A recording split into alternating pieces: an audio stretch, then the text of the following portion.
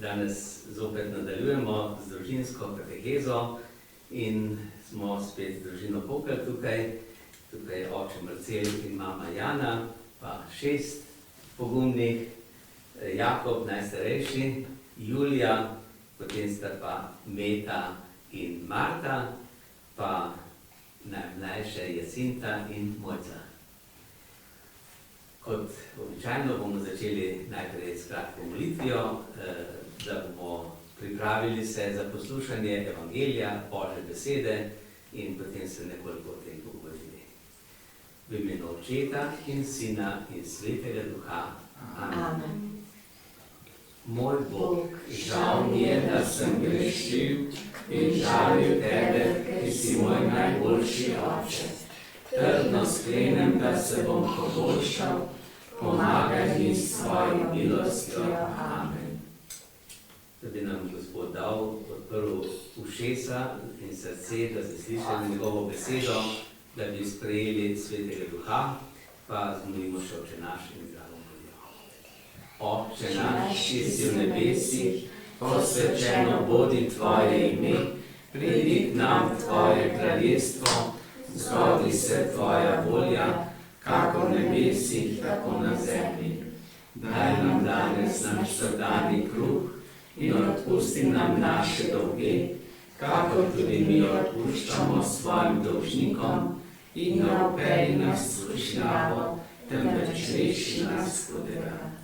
Zdrava Marija, milosti polna, Gospod je s teboj, blagoslovljena si med ženami in blagoslovljen je sad tvojega telesa, Jezus. Sveta Marija, Mati Božja, prosi za nas grešnike, zdaj in od naših smrtnih ur. Amen. Slava Očetu in Sinu in Svetemu Duhu, kakor je bilo v začetku, tako zdaj in vselej in vekomaj. Amen. No, zadnje smo slišali, kako je Jezus naredil čudež, potem tudi druge stvari je Jezus že povedal, pokazal. Danes bomo pa videli, kako je Jezus tudi ozdravljal, kako je pomagal ljudem, ko je bila stiska s telesnim zdravjem. Pa bomo zdaj prisluhnili najprej kratkemu odloku. Ozdravitev tašče.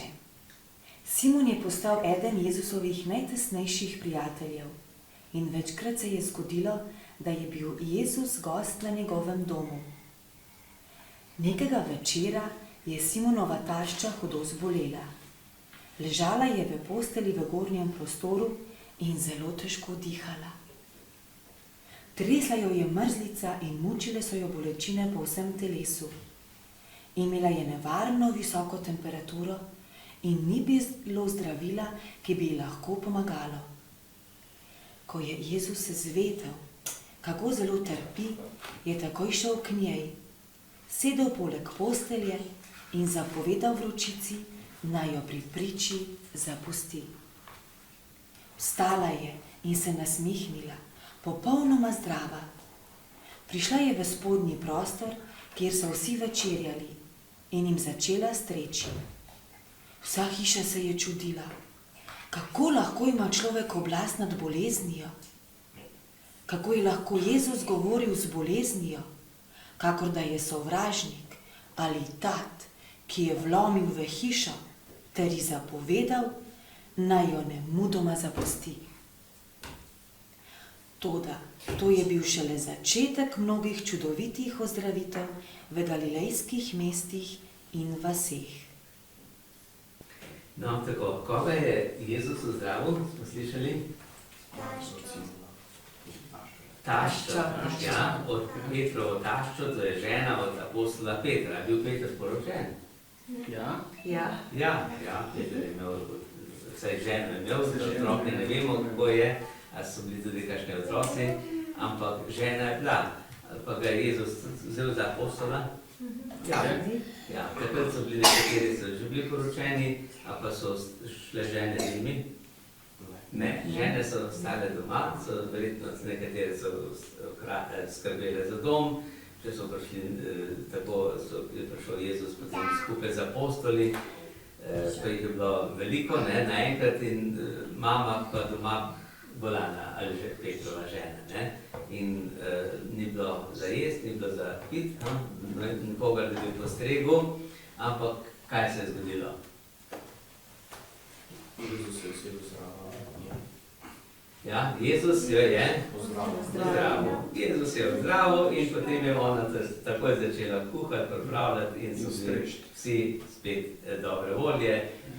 Tašča, ker je bila zdrava, drugi pa, da so bili siti, da jim je Jezus pokazal spet, ne samo, da je pozdravil Simonu, Petru ženo, ampak da je, oziroma od žene mame to, ne, mama. Ja. Tako, da ni potem ležala, ampak da je lahko pomagala Simonovi ženi. Tako, ne. No in torej Bog ozdravlja, Jezus ozdravlja, Jezus je Bog, ne, zato pa ima moč tudi nad telesom, nad zdravjem in nad življenjem. No in Jezus je to pokazal v različnih prilikah. In vedno je nekako pomembno, da je tisti, ki je bolan, ali pa tisti njegovi bližnji, da imajo vero. Ne? Vero, da vejo, kdo je Bog. Ne? Da vejo, kaj Bog lahko naredi. Ker tisti, ki nima vere, se sploh ne obrača na Boga, ne? In ne pričakuje, da bi mu lahko Bog, neki Bog pomagal. Zato je zelo pomembna torej vera v Boga in tukaj tudi vera v Jezusa. Jezus je včasih koga vprašal, ali verjameš, da ti jaz lahko to naredim. In nekateri so rekli, ja, verjamem. Drugi so, mogoče kakšen ni imel vere, ampak so imeli pa vero njegovi prijatelji. In recimo en hrom je bil, ki ni nikoli slišal za Jezusa, nikoli, ali pa samo, kar so drugi govorili, in so rekli, Jezus je tukaj, ki lahko tudi hrome ozdravi, bi šel, če me boste nesli. No in so ga prinesli in tam je bilo polno ljudi, sploh niso mogli blizu. In kaj so naredili? Šli so na streho, tam niso imeli takih streh iz obleke, ampak samo iz slame in takih, torej trave in tako. In so razgrnili tisto streho in so spustili na nosilih tega bolnika pred Jezusa. In se pravi, imeli so tisti, ki so nosili tega bolnika, hromega, so imeli vero, da Jezus lahko to naredi. Zato so prvič ga prinesli, drugič, da so ga spustili čez strop, čez streho pred Jezusa. No in Jezus je nekaj rekel. Je rekel najprej, tvoji grehi so odpuščeni. Temu človeku je rekel, da mu najprej odpušča grehe. To je prva stvar, za zdravje telesa je potrebno zdravje duše. Ker če je duša bolana, če je duša grešna, potem se to prej ali slej pokaže tudi na telesu. Ja? Ker ga peče vest, ker je nekaj naredil, recimo, če nekdo, ki pije alkohol, se to malo pozna na telesu, tudi na zdravju, ali pa uživa mamila, ali pa druge take stvari, pa si nepreviden, se zaleti z avtom in se ponesrečiš, ker nisi zbran, nisi duhovno zdrav. No, tako, torej, Jezus je najprej temu človeku odpustil grehe. In, a se kaj poznano nazove? Najbrž nekaj dosti, on mogoče se je zavedal svojih grehov, zakaj je hrom in mogoče razmišljal, kaj je bilo vzrok teh hromosti. No, ampak nekateri drugi so pa godrnjali, so rekli, kako to Jezus odpušča grehe. Grehe lahko odpusti samo Bog, ker greh je nekaj, kar se tiče duše in duša je od Boga. Zato ne more kar tako, lahko psiholog odpusti grehe, pa psihiater. Ne, kdo pa lahko? Duhovnik, ampak z Jezusovim pooblastilom, ne brez Jezusovega pooblastila. Samo Jezus je naročil, komor greh odpustite, sem odpuščeni. Evo, vi imate to oblast. In duhovnik lahko odpusti grehe in mnogim ti grehi, ti odpuščeni grehi, vrnejo zdravje. To vidimo duhovniki, ko gremo k bolnikom nekaterim na obisk, nekatere mazilimo tudi, nekateri se spovejo in jih obhajamo in marsikdo potem se pozdravi ali se mu zdravje zboljša, če ne pa je bolj vesel, bolj miren in lahko mirno potem nekateri tudi odidejo, tudi umrejo. Zapravi, prva stvar je, Jezus je prišel na svet ne zato, da naša telesa samo zdravi, ampak najprej zdravi duše. Duše, potem pa, ker je videl, da so nekateri godrnjali, da so nekateri Jezusa imeli zelo za bogokletnika, da on odpušča grehe, kdo pa je, za koga pa se ima, je rekel temu, da pa boste vedeli, da ima sin človekov, da ima on oblast tudi odpuščati grehe, je pa rekel, ti rečem, vstani in hodi. In ta človek je vstal in je šel. In je začel hoditi in skakal. In tako je bilo prostora dosti. Ni bilo prostora, da bi šel dol šport, pa kar ne. In celo rekel mu je, vzemi svojo posteljo, vzemi tista nosila in pojdi na svoj dom. No in tako je Jezus želel povedati, se pravi, da je potrebna vera v Jezusa in da ima on to moč pozdravljati telo in predvsem pozdraviti tudi dušo. No, potem naslednja stvar je pa, zakaj recimo se zgodi, da nekateri bolniki pa ne ozdravijo. Eni ozdravijo, eni pa ne ozdravijo. Zaradi vere. Ja, eni zaradi vere, ker sploh ne verjamejo v Boga. In če ima kdo vero, se pa pokaže molitev. Eni molijo in ko moliš, takrat pokaže svojo vero. Ne? Ali pa če nič ne moliš, se pa tudi vera, se vidi, da nimaš vere. Ne? Če ne vera pa pomeni zaupanje v Boga, pomeni, da veš, kdo je Bog. Ne? Tako da Bog dela tudi to, se pravi, tak čudež na osnovi vere in po molitvi. Molitev je pa lahko, kakšna je molitev? Z besedami, ne? Lahko je pa tudi romanje, da gremo na romanje, eno žrtvo naredimo, eni grejo na romanje kam? Medžugorje, Fatimo, govorim tudi, ampak Lourdes, posebej Lourdes, hodijo mnogi moliti in prositi za zdravje. Ne? V Lourdesu se je zgodilo zelo, zelo veliko čudežev že, predvsem torej, ozdravitev, pa tudi drugih čudežev. Med temi so tudi spreobrnitev, spreobrnenje, da človek dobi vero. In potem, ko imaš vero, prvič, lahko ozdraviš telesno, lahko pa tudi dobiš moč, da z veseljem in mirno prenašaš svojo bolezen ali svoje trpljenje, svojo slepoto, invalidnost in podobno.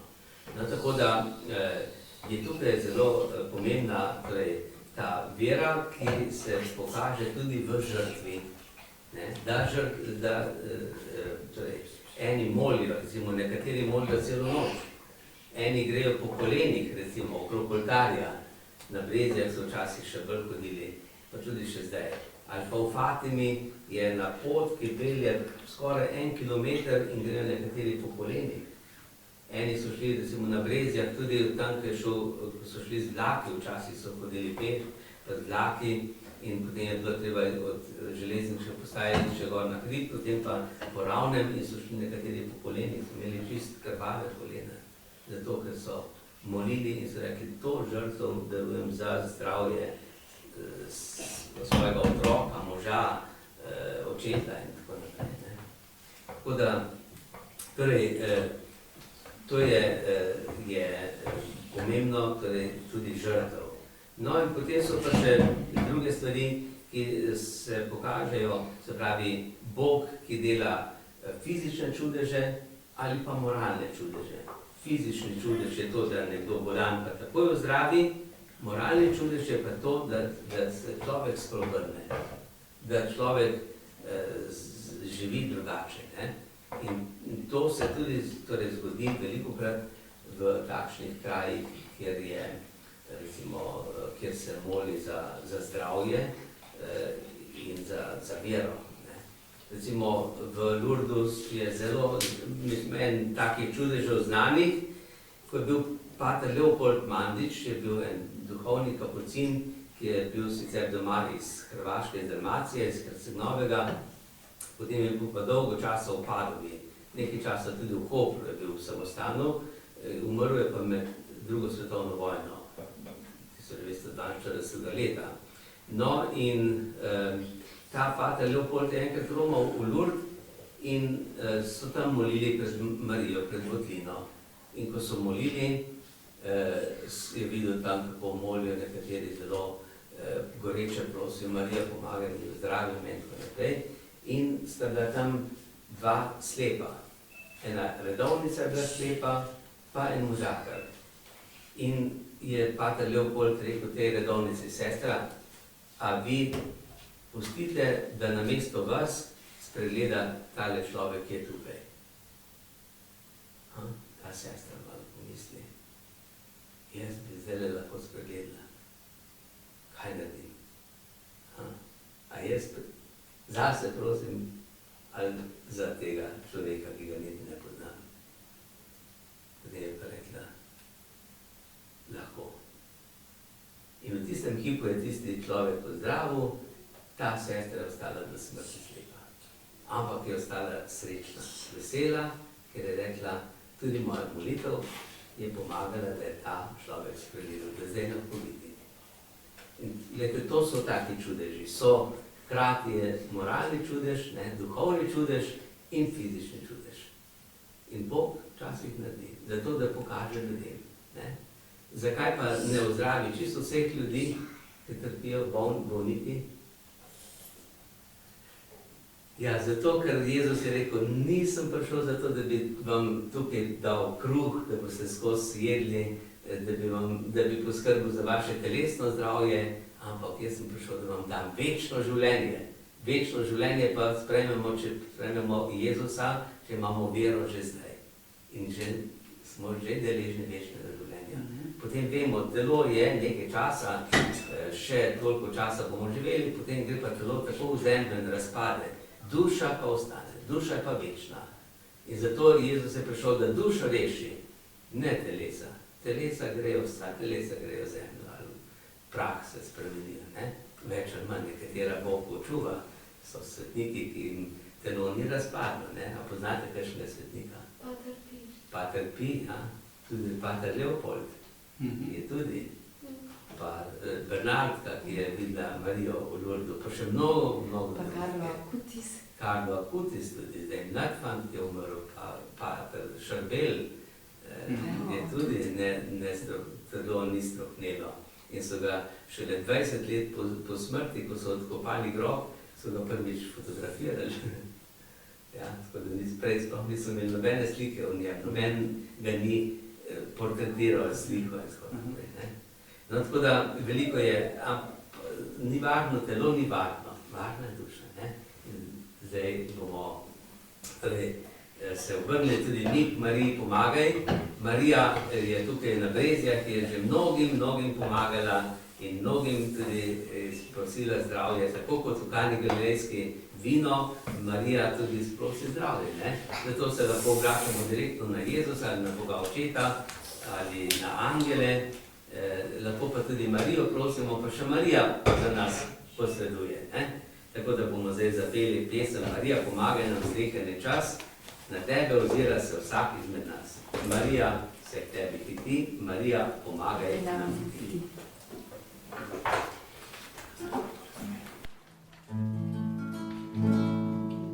Marija pomagaj nam slikani čas, na tebe ozira se vsak izmed nas.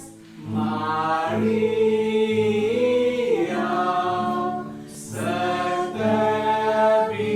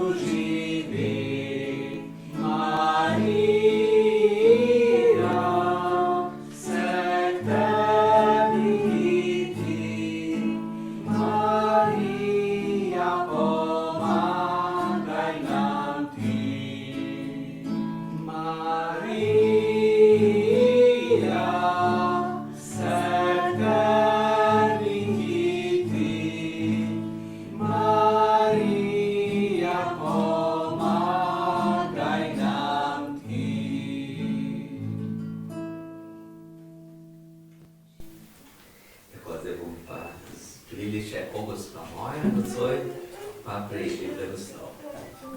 O gospa moja, o mati moja, tebi se vsega darujem in da se ti vdanega izkažem, ti danes posvetim svoje oči, svoje ušesa, svoje usta, svoje srce, sebe popolnoma vsega, ker sem torej tvoj dobra mati, varuj me, brani me, kakor svojo last in posest. Amen.